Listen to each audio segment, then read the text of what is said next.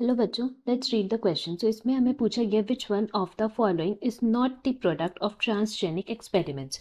जहाँ पे ऑप्शंस हमें क्या क्या दिए गए, ए है pest resistant crop variety, B is high nutritional value in grains, C is production of insulin by RDNA technique, and D is drought resistant crops.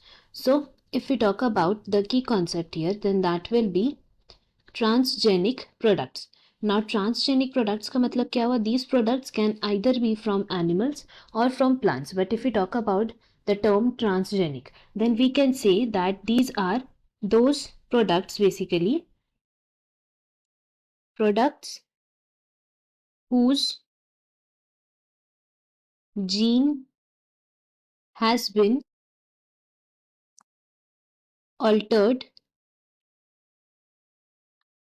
to get the desired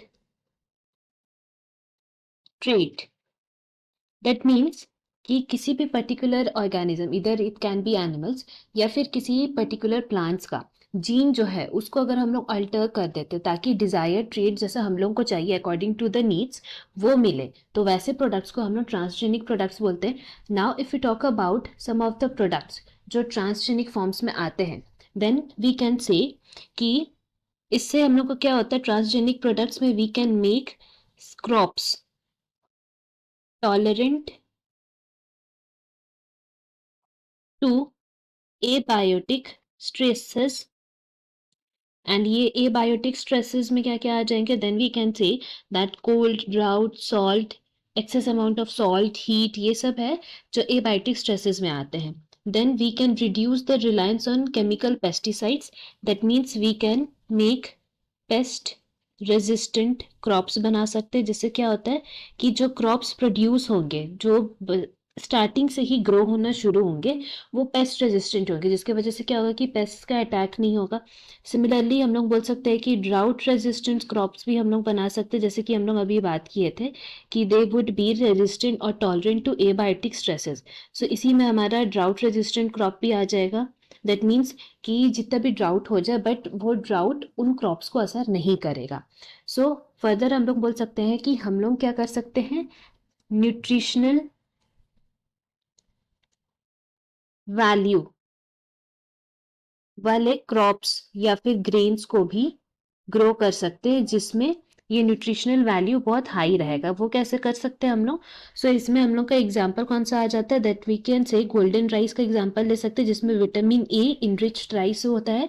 क्या होता है उसमें कि उसमें जो जीन्स है उसको हम लोग ऑल्टर कर देते हैं, जिसकी वजह से क्या होता है कि जो नेक्स्ट क्रॉप्स ग्रो हो रहे हैं, जो ग्रेन्स ग्रो होंगे, उसमें विटामिन ए का कंटेंट ज़्यादा होगा. So vitamin A enrich, that means high nutritional value रहेगा.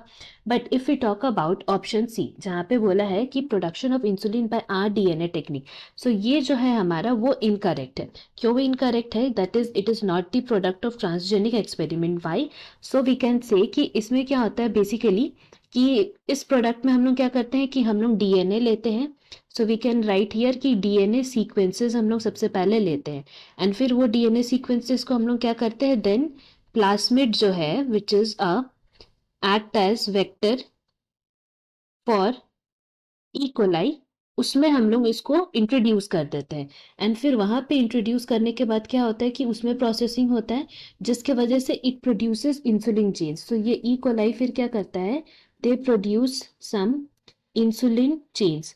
नाउ ये जो इंसुलिन जीन्स है उसमें फर्दर प्रोसेसिंग होता है, एंड फिर फर्दर प्रोसेसिंग के बाद हम लोग बोल सकते हैं कि ह्यूमन इंसुलिन का फॉर्मेशन होता है. सो बेसिकली हम लोग बोल सकते हैं कि ये इसमें हम लोग जीन का ऑल्टरेशन नहीं कर रहे हैं, कोई एक ऑर्गेनिज्म है that is plasmid vector for E coli जो है, उसमें हम लोग ये DNA सीक्वेंस को इंट्रोड्यूस कर रहे हैं एंड देन उससे न्यू प्रोडक्ट बना रहे हैं. सो ये ट्रांसजेनिक प्रोडक्ट्स में नहीं आता है.